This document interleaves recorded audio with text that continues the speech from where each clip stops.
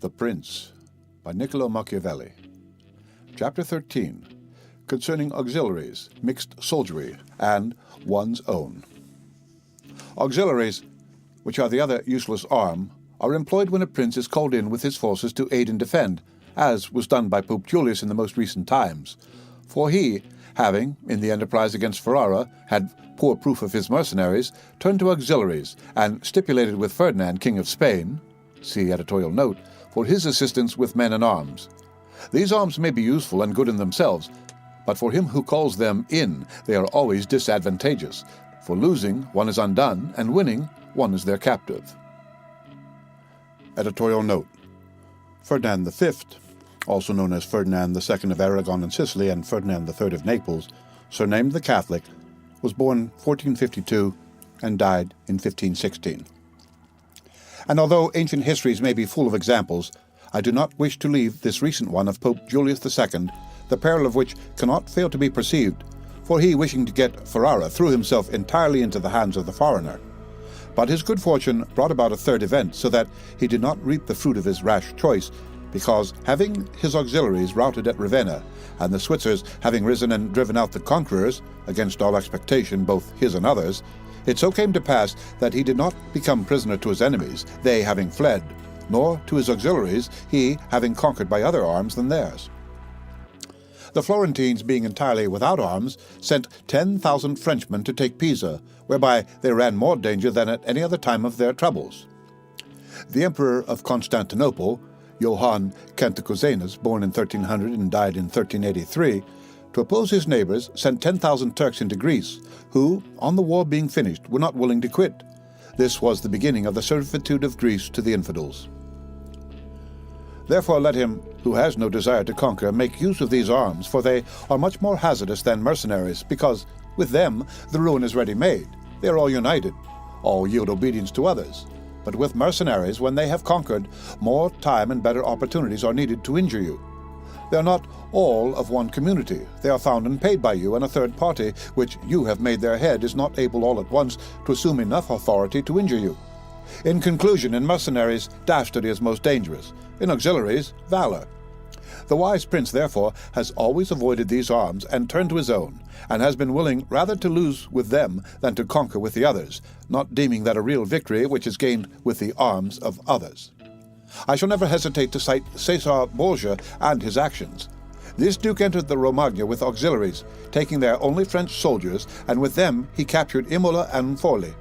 But afterwards, such forces not appearing to him reliable, he turned to mercenaries, discerning less danger in them, and enlisted the Orsini and Vitelli, whom presently, on handling and finding them doubtful, unfaithful, and dangerous, he destroyed, and turned to his own men. And the difference between one and the other of these forces can easily be seen when one considers the difference there was in the reputation of the Duke, when he had the French, when he had the Orsini and Vitelli, and when he relied on his own soldiers, on whose fidelity he could always count and found it ever increasing. He was never esteemed more highly than when every one saw that he was complete master of his own forces. I was not intending to go beyond Italian and recent examples, but I am unwilling to leave out Hiero the Syracusan, he being one of those I have named above.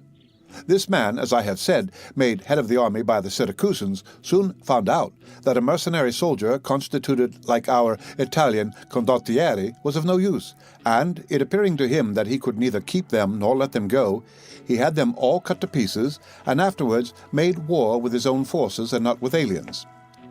I wish also to recall to memory an instance from the Old Testament applicable to this subject. David offered himself to Saul to fight with Goliath, the Philistine champion, and, to give him courage, Saul armed him with his own weapons, which David rejected as soon as he had them on his back, saying he could make no use of them, and that he wished to meet the enemy with his sling and his knife. In conclusion, the arms of others either fall from your back, or they weigh you down, or they bind you fast.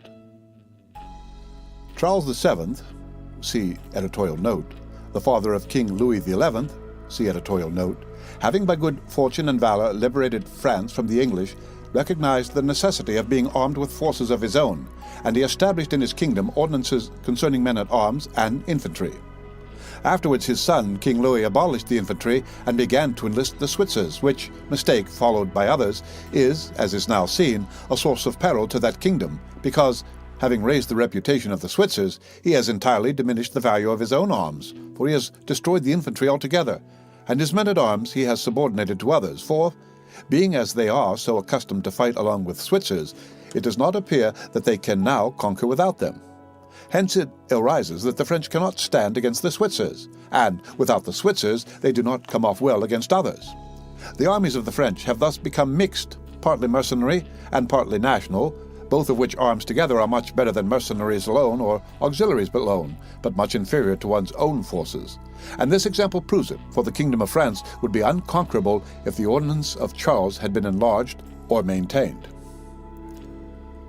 Editorial note: Charles VII of France was surnamed the Victorious. He was born in 1403 and died in 1461.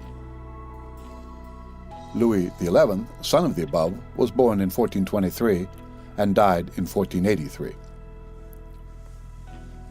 But the scanty wisdom of man, on entering into an affair which looks well at first, cannot discern the poison that is hidden in it, as I have said above of hectic fevers. Therefore, if he who rules a principality cannot recognize evils until they are upon him, he is not truly wise, and this insight is given to few. And if the first disaster to the Roman Empire, see editorial note, should be examined, it will be found to have commenced only with the enlisting of the Goths, because from that time the vigor of the Roman Empire began to decline, and all that valor which had raised it passed away to others.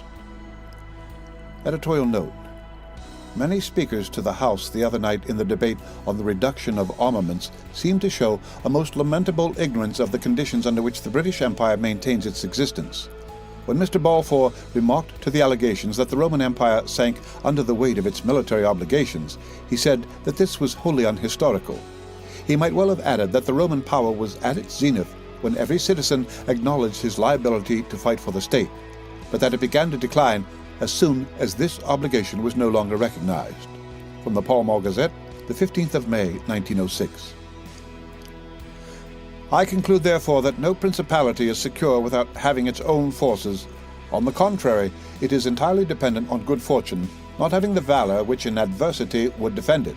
And it has always been the opinion and judgment of wise men that nothing can be so uncertain or unstable as fame or power not founded on its own strength. And one's own forces are those which are composed either of subjects, citizens, or dependents. All others are mercenaries or auxiliaries, and the way to make ready one's own forces will be easily found if the rules suggested by me shall be reflected upon, and if one will consider how Philip, the father of Alexander the Great, and many republics and princes have armed and organized themselves, to which rules I entirely commit myself.